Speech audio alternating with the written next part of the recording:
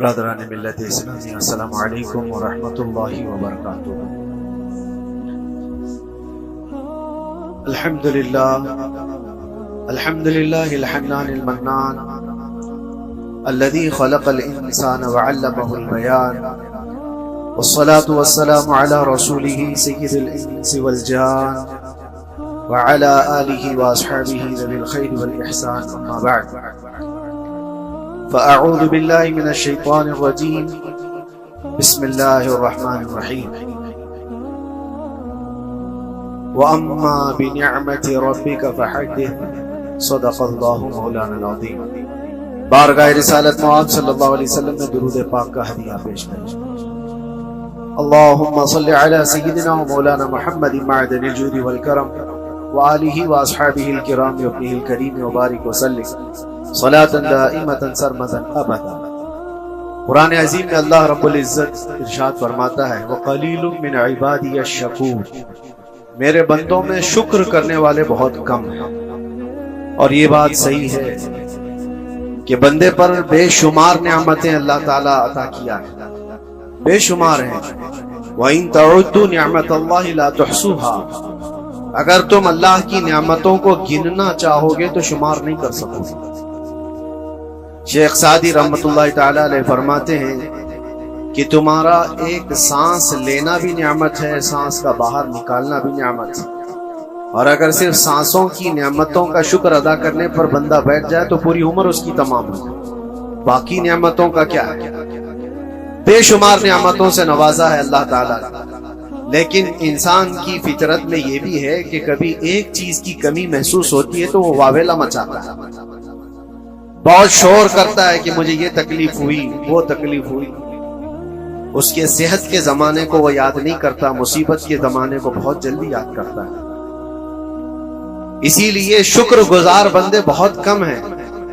عادت یہ ڈال لیں، جب مصیبت آئے، کوئی تکلیف آئے، تو ہمارے اندر یہ احساس پیدا ہو جائے کہ میرے گناہ اس سے بھی بڑی مصیبت کے لائق تھے، اللہ نے کم مصیبت عطا کی۔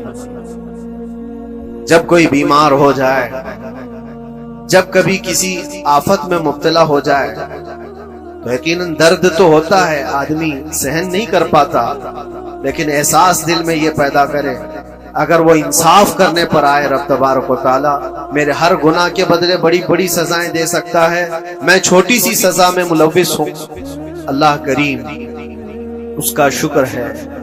اسی طرح سے میرے عزیزو، ایک بات میں آپ کو بتاتا ہوں، خاص طور پر ہمارے قید کے زمانے میں بہت سارے ایسے قیدی جیل کے اندر جانے کے بعد ان کے حالات ایسے ہو جاتے ہیں، وہ نا امید اور مایوس ہو کر کفریہ جملے بکنے لگ جاتے ہیں۔ ان کے حالات ایسے ہو جاتے ہیں کوئی خدا نہیں، اگر ہوتا تو ہماری سنتا۔ بہت کچھ عبادتیں بھی کرتے ہیں، نہیں جب قبول ہوتی ہے تو مایوس ہو جاتے ہیں۔ تو یہ تو اندر کے حالات ہیں، باہر بھی کسی کے ساتھ ایسا ہو سکتا ہے۔ میں تو 10 سال سے دعا کر رہا ہوں، اولاد ہی نہیں ہوئی، کوئی یہ کہتا ہے۔ شادی ہو گئی، 10 سال ہو گئے، بچے نہیں ہو رہے۔ کوئی یہ کہتا ہے کہ میری بیٹی کا رشتہ ہی نہیں ہو رہا، ہر وظیفہ کر لیا، ہر دعا کر لیا، پھر یہاں سے نا امیدی، ناشکری۔ یہ جملے انسان کو کہاں تک پہنچا دیتے۔ ایک بات میں آپ کو بتاؤں، مولا علی کرم اللہ وجہہ الکریم کی یہ حکمت بھری بات ہے۔ ارشاد فرماتے ہیں جب کبھی مصیبت آئے اللہ کی طرف سے تو یہ امتحان ہے یا سزا ہے، کیسے پتا چلے؟ ظاہر سی بات ہے، ہر کوئی یہ کہتا ہے یہ تو اللہ کی طرف سے امتحان ہے، آزمائش۔ ہم بھی اندر تھے تو یہ بار بار احساس دلایا جاتا تھا، اور بعض لوگ یہ کہتے تھے کہ اللہ کی طرف سے آزمائش ہے، امتحان ہے، اس کو گزار لیجیے۔ بعض مرتبہ امتحان ہے اور بعض موقعوں پر سزا ہے، اور سزا کب ہے اور امتحان کب ہے یہ کیسے پتا چلے؟ بہت بڑا فارمولہ ہے۔ مولا علی کرم اللہ وجہہ الکریم فرماتے ہیں جب کبھی تم پر کوئی مصیبت آئے تو یہ دیکھ لینا ان مصیبتوں کے دن میں تم اگر اللہ سے زیادہ قریب ہو گئے ہو، دعا زیادہ کرنے لگ گئے ہو، وظیفے زیادہ کرنے لگ گئے ہو، تو اس کا مطلب ہے کہ اللہ تعالیٰ تم کو امتحان میں رکھا ہے۔ اور اگر مصیبتوں کے آنے کے بعد بندہ دور ہو جاتا ہے اللہ سے، پھر وہ بفر جاتا ہے، گناہ زیادہ کرنے لگتا ہے، تو سمجھ لو یہ سزا میں ملوث ہے۔ اب سب کی زندگی میں یہ مصیبتیں جب آتی ہیں تو وہ خود اپنے آپ کو ریئلائز کرے، احساس کر کے دیکھے کہ مصیبت آئی ہے تو میرے ہاتھ میں تسبیح آ گئی یا پھر گالی گلوچ، مصیبت یا آفت آئی ہے میرے گھر پر تو میں عبادت اور نماز کی طرف زیادہ جا رہا ہوں یا پھر عیش و عشرت کی طرف زیادہ جا رہا ہوں، تو تمہیں خود پتا چل جائے گا کہ تم اللہ کی طرف سے امتحان میں ہو یا پھر سزا میں۔ میرے عزیزوں، بہت مقامات ایسے ہیں جہاں پر بظاہر مصیبت کی حکمت ہمیں نہیں معلوم ہوتی کہ کیوں آئی یہ مصیبت، کیوں دی گئی ہے ہمیں ایسی تکلیف۔ اسی کا نام تقدیر ہے کہ اللہ تعالیٰ کے لکھے ہوئے پر راضی رہنا یہ مومن کی شان ہے۔ مومن کو ہمہ وقت اللہ تبارک و تعالیٰ کی طرف سے لکھی ہوئی اس تقدیر پر راضی رہنا ہے۔ آپ کو میں ایک بات بتا دوں، حضرت ابو جندل ایک صحابی مکہ مکرمہ میں ایمان لائے، رسول پاک صلی اللہ تعالی علیہ وسلم جب ابھی مکہ میں تھے، اس وقت غریب صحابہ کو کفار مکہ، مشرکین مکہ کس طرح سے پکڑ کر مارتے تھے، کیسے کیسی سزائیں دیا کرتے تھے۔ اسی اسنا میں اللہ کے نبی صلی اللہ علیہ وسلم ہجرت کر کے مدینہ تشریف لے گئے، لیکن جو ابو جندل تھے یہ قید میں تھے، قید میں تھے، ان کا باپ خود ان کو قید میں رکھا ہوا تھا، اور ایسی قید کہ زنجیریں بندھی ہوئی رہتی تھی، مسلسل کئی سال گزر گئے۔ حضور پاک صلی اللہ تعالی علیہ وسلم کی ہجرت کے 6 سال گزر جانے کے بعد 7واں سال تھا جب آپ کو بتاؤں حدیبیہ کا وہ منظر پیش آیا جس کو صلح حدیبیہ کہا جاتا ہے۔ تقریباً 1400 صحابہ کے ساتھ رسول کریم صلی اللہ تعالی علیہ وسلم عمرہ کرنے کے لیے آئے، لیکن اس وقت مکہ کے کفار و مشرکین مکہ سے تقریباً 35 کلومیٹر باہر دور آپ کا راستہ روک لیا، کہا ہم آپ کو عمرہ کرنے نہیں دیں گے، آپ کے اصحاب کو، آپ کے صحابہ کو ہم مکہ میں انٹر ہونے نہیں دیں گے۔ جنگ جیسی نوبت آ گئی، لیکن حضور پاک صلی اللہ تعالی علیہ وسلم اور صحابہ احرام پہن کر کے عمرہ کرنے کے لیے آئے، تو پھر درمیانی راستہ یہ اختیار کیا گیا۔ حضور پاک صلی اللہ علیہ وسلم نے فرمایا کہ ہم صلح کر لیتے ہیں، کچھ ایگریمنٹ ہو جائے ہمارے اور تمہارے درمیان، جنگ نہیں کریں گے، آج سے جنگ بندی ہو جائے۔ تو کفار مکہ اس بات پر راضی ہوئے، اور اس کے بعد صلح جس کو کہتے ہیں صلح حدیبیہ، یہ بہت مشہور ہے۔ صلح حدیبیہ ہوئی، اس میں سارے پوائنٹس جو لکھے گئے تھے ایگریمنٹ کے اندر وہ سب مکہ والوں کی حمایت میں زیادہ تھے، دبا کر کے انہوں نے صلح کی تھی اس طرح سے ان کے زوم کے مطابق، یعنی اگر کوئی مکہ سے بھاگ کر مدینے جائے تو انہوں نے ایگریمنٹ میں لکھایا تھا کہ آپ کو وہ شخص ہمیں واپس کرنا پڑے گا، اور اگر مدینے سے کوئی بھاگ کر ہمارے پاس آئے تو ہم اس کو اپنے پاس رکھیں گے، ہم باہر واپس نہیں بھیجیں گے۔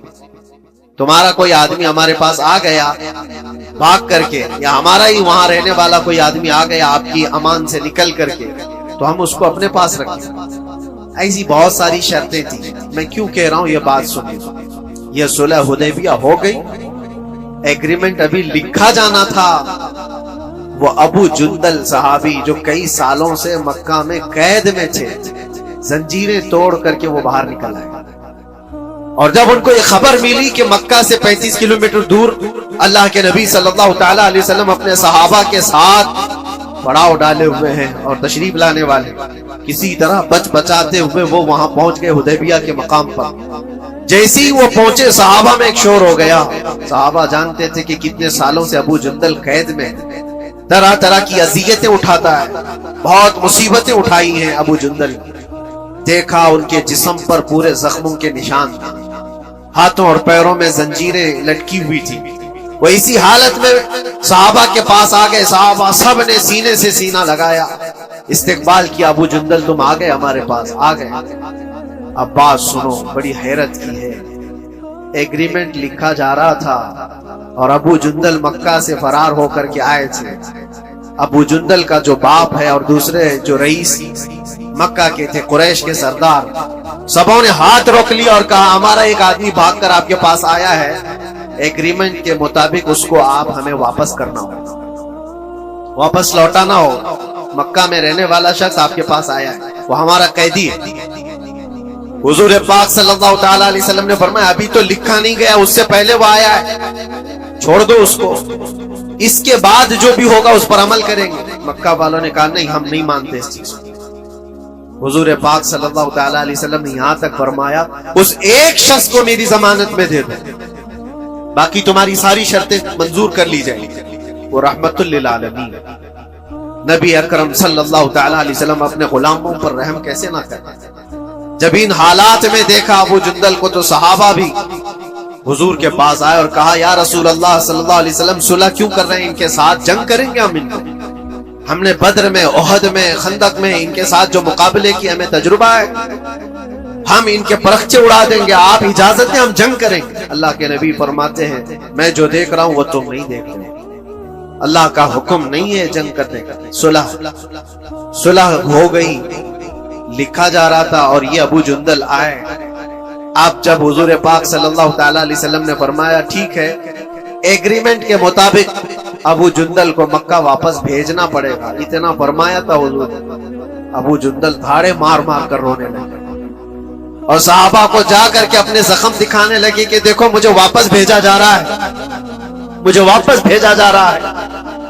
تو صحابہ کے اندر بھی جوش تھا، اپنا آدمی جب کوئی اتنا مظلوم ہو، اتنا مار کھایا ہو، اور پھر واپس انہی ظالموں کے سامنے اس کو بھیجا جانا ہو تو کیا کیفیت ہوئی۔ تو وہ ابو جندل سارے صحابہ کے بیچ میں چھپ چھپاتے ہوئے رو رہے تھے۔ اللہ کے نبی صلی اللہ علیہ وسلم تشریف لائے، فرمایا ابو جندل میں کہہ رہا ہوں واپس چلے جاؤ، واپس جاؤ، مکہ جاؤ۔ تو انہوں نے کہا یا رسول اللہ صلی اللہ علیہ وسلم ان زخموں کے ساتھ واپس جاؤ۔ اللہ کے نبی صلی اللہ علیہ وسلم نے فرمایا ہاں ابو جندل اللہ کی مرضی ہے، اور اللہ کا نبی وہی کہتا ہے جو اللہ کی مرضی ہوتی۔ یہ میں کہہ رہا ہوں بظاہر تکلیفوں کی حکمت ہمیں معلوم نہیں ہوتی، لیکن ہمیں عمل کرنا چاہیے۔ نبی پاک صلی اللہ تعالی علیہ وسلم کا جب حکم ہوا، ابو جندل انہی زنجیروں کے ساتھ ان کے باپ کے حوالے کر دیے گئے، وہ گھسیٹتے ہوئے لے جا رہا تھا، گھسیٹتے ہوئے واپس انہی قیدیوں کی طرح لے جا رہا تھا۔ سب کی آنکھوں میں آنسو تھے، لیکن حکمت الہی کیا ہے یہ کون جانتا؟ بظاہر اللہ تبارک و تعالیٰ کی طرف سے یہ دی ہوئی آزمائشیں، یہ تکلیفیں، اس کی حکمت وہ بہتر جانتا ہے۔ جب ابو جندل کو واپس کیا گیا ایک سوال اٹھتا ہے میرے عزیزو، یہ میں قید کی حالت میں رہ کر کے ایک شخص نے مجھ سے سوال کیا تھا، آپ تو اللہ کے نبی صلی اللہ تعالیٰ علیہ وسلم کی ناموس کی بات کرتے ہو، حضور کی محبت کی بات کرتے ہو، ان کے عشق کی بات کرتے ہو، اور یہ بھی کہتے ہو کہ نبی پاک صلی اللہ تعالیٰ علیہ وسلم دستگیری کرتے ہیں، اپنے غلاموں کی مدد کرتے ہیں، تو اتنے دنوں سے کیا آپ نے حضور کو نہیں پکارا؟ کیا رسول پاک صلی اللہ تعالیٰ علیہ وسلم سے محبت اور عشق کی بات کے بعد آپ نے بھیک نہیں مانگی؟ اس وقت یہ واقعہ یاد آیا، میں تو ابو جندل کے پاؤں کے ناخن کی مٹی کے برابر بھی نہیں، وہ صحابی رسول تقریباً ان کے متعلق کہا گیا ہے 6 سے 8 سال تک وہ ان کی قید میں رہے، تو کیا رسول پاک صلی اللہ علیہ وسلم کو خبر نہیں تھی؟ خبر تھی، لیکن ہوتا ایسا ہے کہ جو جتنی محبت کرتا ہے اتنے ہی امتحانوں سے گزارا بھی جاتا ہے، اس کو امتحان دینے پڑتے ہیں۔ اسی لیے بار بار میں یہ بات کہتا ہوں، حضور پاک صلی اللہ تعالیٰ علیہ وسلم کی ناموس کی بات کرنا، عظمت رسالت کی بات کرنا، یہ حلوے پراٹھے کھانے کا نام نہیں ہے، یہ شہادت گہے الفت میں ہے قدم رکھنا۔ لوگ آسان سمجھتے ہیں مسلمان ہونا، حضور پاک صلی اللہ تعالیٰ علیہ وسلم کی شریعت طاہرہ کو بچانے کے لیے ہی تو، حضور کی ناموس کی حفاظت کے لیے ہی تو مولا امام حسین نے اپنی گردن دے دی، اپنے بچوں کی قربانی دے دی، اپنا عیش آرام سب تیاگ دیا۔ یہ ساری قربانیوں کے بعد ہی اس امتحان سے بندہ نکلتا ہے۔ وہ امام احمد بن حنبل جن کے سینے میں 5 لاکھ حدیثیں محفوظ تھیں، رسول پاک صلی اللہ علیہ وسلم کی 5 لاکھ حدیثوں کے حافظ، لیکن بغداد کے ظالم حکمرانوں نے ان کو ننگی پیٹھ پر کوڑے مارے، پہلی مرتبہ 100 کوڑے، دوسری مرتبہ پھر 100 کوڑے، تیسری مرتبہ پھر 100 کوڑے، اتنے میں تو آدمی مر جاتا ہے۔ امام احمد بن حنبل کی پیٹھ جھک گئی۔ میرے عزیزو، یہی ہے جس کو ہم کہہ رہے ہیں شہادت کہے الفت میں ہے قدم رکھنا۔ اگر تم سچا ایمان رکھتے ہو تو پھر آزمائش بھی ہوگی، اللہ کریم قرآن میں فرماتا ہے وَلَيَعْلَمَنَّ اللَّهُ الَّذِينَ صَدَقُوا وَلَيَعْلَمَنَّ الْكَاذِبِينَ، اللہ تبارک و تعالیٰ ضرور آزمائے گا سچا کون ہے اور جھوٹا کون۔ مصیبتیں آئیں گی، آندھی آئیں گی، لیکن جمے رہو، ڈٹے رہو، اللہ رب العزت سے کبھی بھی اپنا رشتہ نہ توڑو، اور جو تمہارے اندر ایمان ہے، توکل اور یقین ہے، ذرا برابر بھی فرق آنے نہ پائے۔ آج نہیں قبول ہوئی کل ہوگی، کل نہیں قبول ہوئی پرسوں ہوگی، کبھی نہ کبھی تو دعا قبول ہوگی۔ دنیا داروں کے دروازے کھٹکھٹاتے ہیں تو ایک نہ ایک دن دروازہ کھلتا ہے، وہ ارحم الراحمین ہے، وہ ارحم الراحمین ہے، دروازے کھولتا ہے، لیکن وہ بہتر جانتا ہے کس وقت دروازہ کھلنا چاہیے۔ ہم اپنی مرضی کے مطابق رب کو نہیں چلا سکتے، مولا تعالیٰ جیسا چاہے ہمیں ویسا چلنا چاہیے۔ ایک بات اور میں بتا دوں، یہ تو دوسرے لوگوں کی بات ہے جس میں ہمارے قصور ہیں، ہمارے جرم ہیں، ہمارے گناہ ہیں، جس کی وجہ سے مصیبتیں آئیں گی، لیکن اللہ کے نبی کا کوئی گناہ نہیں ہوتا۔ جو نبی ہوتے ہیں وہ معصوم ہوتے ہیں۔ سیدنا یوسف علیہ الصلوۃ والتسلیم اللہ کے نبی ابراہیم علیہ السلام کے بیٹے اسحاق علیہ السلام، اسحاق علیہ السلام کے بیٹے یعقوب علیہ السلام، یعقوب علیہ السلام کے بیٹے یوسف علیہ السلام، جن کی نسل میں انبیاء کرام جو پورا خاندان نبوت کا ہے، وہ یوسف علیہ السلام کن کن مقامات سے گزارے۔ پہلے بھائیوں نے کنویں میں پھینک دیا، اور اس کے بعد اس زہریلے کنویں سے وہ نکالے گئے۔ جنگل میں کوئی نہیں تھا جب ان کے بھائیوں نے کنویں میں پھینکا تھا۔ اس وقت ایک قافلہ جا رہا تھا، انہوں نے ڈول ڈال کر کے نکال لیا اور پھر لے کر کے گئے۔ یہاں سے کنویں سے تو نکالے، لیکن آگے کی زندگی کیا ہے؟ مصر کے بازار میں لے جا کر قافلے والوں نے بیچ دیا۔ یوسف علیہ السلام پھر خریدے گئے، کس کے ہاں؟ عزیز مصر، بادشاہ مصر کے گھر میں، اور وہاں پر زلیخا آپ پر فدا ہوئی۔ پھر آپ پر الزام بھی لگایا گیا، اور اس الزام کی بنیاد پر آپ کو جیل بھیجا۔ اللہ کے نبی کے دامن پر پیوند تو ہو سکتا ہے، دھبا نہیں ہوتا۔ کسی گناہ کا تصور بھی وہ نہیں کرتے، وہ معصوم ہوتے، لیکن بغیر کسی قصور کے، بغیر کسی جرم کے آپ کو جیل بھیجا گیا۔ یوسف علیہ الصلوۃ والتسلیم جیل جب گئے، وہ نبی ہو کر کے، اور اس کے بعد دن کٹتے رہے۔ دن کیسے؟ ہفتے، ہفتے کیا مہینے کیا، سال۔ یوسف علیہ الصلوۃ والتسلیم کے 7 سال گزر گئے۔ جب کبھی کسی انوسنٹ بے قصور آدمی کو تکلیف دی جاتی ہے تو اس کو احساس زیادہ ہوتا ہے، اور جرم کی وجہ سے جب کوئی تکلیف میں آتا ہے تو کمپرومائز کر لیتا ہے، میں ایسا غلطی کیا تھا، مجھے جھیلنا پڑ رہا ہے۔ لیکن جس کا جرم ہی نہیں، نہ کردہ گناہ کی سزا جب دی جاتی ہے، بندہ بہت بکھر جاتا ہے، ٹوٹ جاتا ہے۔ لیکن وہ اللہ کے نبی تھے، توکل کیسا تھا، یقین کیسا تھا، صبر کے ساتھ نکالے۔ لیکن ایک بہت پیاری بات ہمیں ملتی ہے میرے عزیز، وہاں قیدی اور بھی تھے، اور یوسف علیہ السلام کو اللہ تعالیٰ نے ایک معجزہ عطا کیا تھا۔ وہ خوابوں کی تعبیر سچی بتاتے تھے۔ خواب کی تعبیر ہوا کرتی ہے، جو بھی خواب دیکھتا ہے آدمی، اس میں اشارہ ہوتا ہے اللہ کی طرف سے۔ تو 2 قیدیوں نے خواب دیکھا تھا، یہ قرآن پاک کے سورہ یوسف میں پورا موجود ہے، 12ویں پارے میں۔ 2 قیدیوں نے خواب دیکھا، اپنا خواب انہوں نے بیان کیا یوسف علیہ السلام کو۔ ایک قیدی نے دیکھا کہ وہ سر پر روٹیاں رکھ کر کے لے جا رہا ہے اور پرندے نوچ نوچ کر کھا رہے ہیں۔ دوسرے نے دیکھا کہ وہ انگوروں کو نچوڑ کر کے اس کے رس پی رہا ہے۔ تو انہوں نے بتایا یوسف علیہ السلام کے پاس، ایسا ہم نے خواب دیکھا ہے، اس کی تعبیر کیا ہو سکتی ہے؟ سیدنا یوسف علیہ السلام فرماتے ہیں، میں دونوں کے خواب کی تعبیر بتاؤں گا، لیکن اس میں سے ایک بندہ، اس سے آپ نے کہا تو وعدہ کر کے میرا بھی کام کرے گا، میرا بھی ایک کام ہے، تو کرے گا۔ 7 سال گزر گئے تھے۔ جو بادشاہ مصر تھا وہ بھی بدل چکا تھا، جس نے قید میں ڈالا تھا وہ ختم ہو گیا، دوسرا آیا، تیسرا آیا، جو بھی آیا، لیکن حکومت بدلی ہوئی تھی۔ تو خواب کی تعبیر بتانے سے پہلے ایک قیدی سے یوسف علیہ السلام نے کہا میرا کام تو کرے گا؟ اس نے کہا ہاں، آپ جو کہیں گے میں کروں گا۔ تو سنو، تعبیر یہ ہے، جس کے سر پر روٹیاں رکھی ہوئی اور کوے کھا رہے تھے یا پرندے کھا رہے تھے، اس کی تعبیر یہ ہے کہ عنقریب تجھ کو موت کی سزا سنائی دے۔ وہ غمگین تھا۔ دوسرے سے کہا تو انگور کے رس نچوڑ کر پی رہا تھا، تیرے خواب کی تعبیر یہ ہے کہ عنقریب تجھ کو رہا کر دیا جائے گا۔ تو آزاد ہو، اور تجھ سے ہی میرا کام یہ ہے کہ آزاد ہو کر جائے گا تو تم موجودہ وقت کے جو بادشاہ ہے، شاید اس کی فوج میں شامل ہو جائے یا اس کے سپاہیوں میں وزیروں میں، تو میری یہ بات اس تک پہنچا دینا، پچھلے 7 سالوں سے بے گناہ بے قصور ایک قیدی اندر ہے، اس کو آزاد کر دیا جائے، اس کو آزاد کر دیا جائے۔ اس نے کہا بالکل، اگر میں چھوٹا تو آپ کا ایک کام ضرور کروں۔ سنیے بات، چند دن نہیں گزرے تھے کہ اس ایک قیدی کو موت کی سزا ہو گئی، اس کو موت کی سزا سنائی گئی اور پھانسی ہو گئی۔ دوسرا یہ جو قیدی جس کو آپ نے رہائی کی خوشخبری دی تھی، اس کی بھی رہائی کی خوشخبری آ گئی، وہ آزاد ہو گئے۔ لیکن قرآن پاک میں ہے، آزاد ہو کر جب جاتا ہے آدمی تو پچھلا بھول جاتا ہے۔ اکثر ایسا ہی ہوتا ہے، کیا جیل کے دوست کون تھے کیا تھے کچھ پتا نہیں، اور آدمی تو یہ سوچتا ہے دوبارہ کبھی ادھر کے دروازے کو بھی نہ دے، آیا اور بھول گیا۔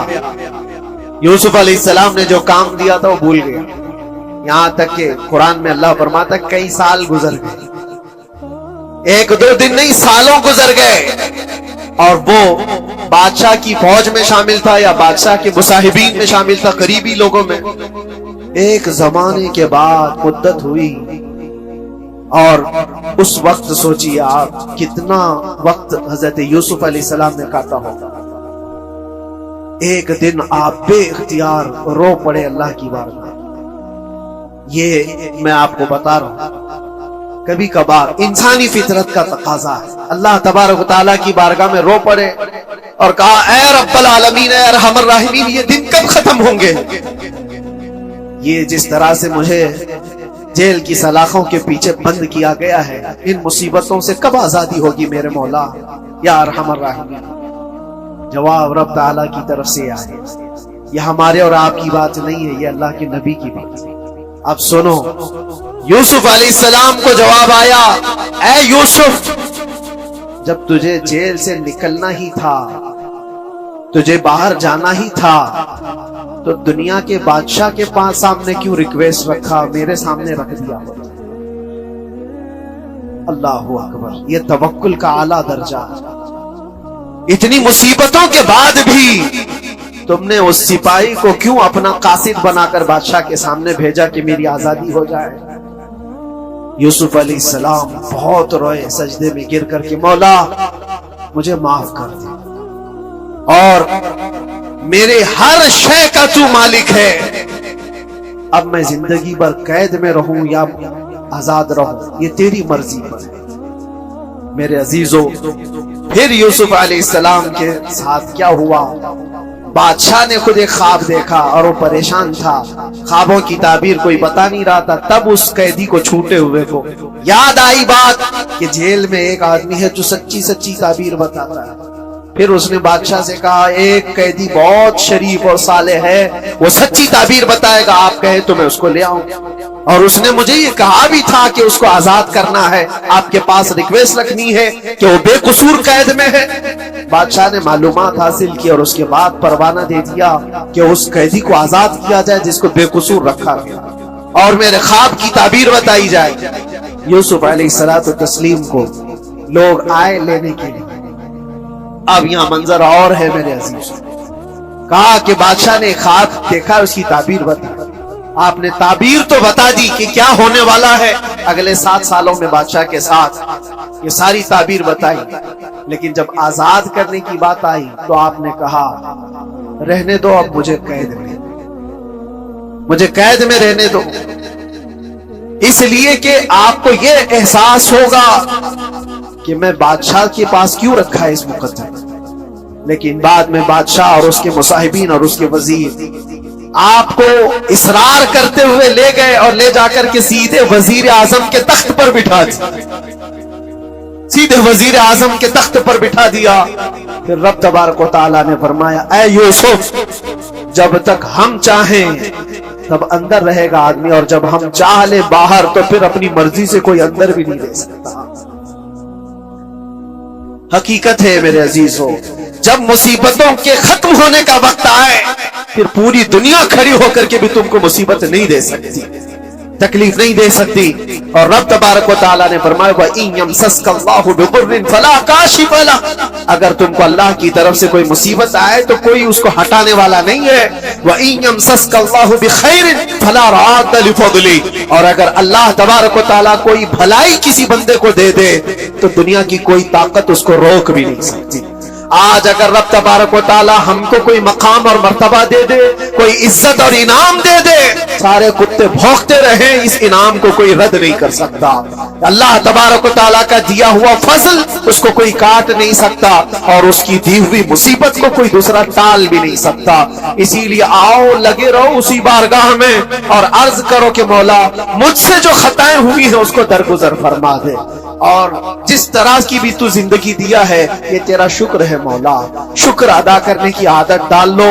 اللہ تبارک و تعالیٰ فرماتا ہے لَئِن شَكَرْتُمْ لَأَزِيدَنَّكُمْ، اگر تم شکر ادا کرو گے تو میں اور زیادہ عطا کروں گا، اور زیادہ عطا کروں گا. آج اگر تھوڑی سی مصیبت ہے تو شکر ادا کرو کہ مولا بڑی مصیبت تو نہیں آئی ہے، یہ بھی تیرا کرم ہے، تیرا احسان ہے. مصیبت زدہ لوگوں کو دیکھتا ہوں تو پھر میں یہ کہتا ہوں ہاتھ بھی سلامت ہے، پیر بھی سلامت ہے، آنکھ بھی سلامت ہے، زبان بھی سلامت ہے، دماغ بھی چل رہا ہے. کیا یہ شکر کرنے کا موقع نہیں ہے؟ یہ شکر کرنے کا مقام نہیں ہے؟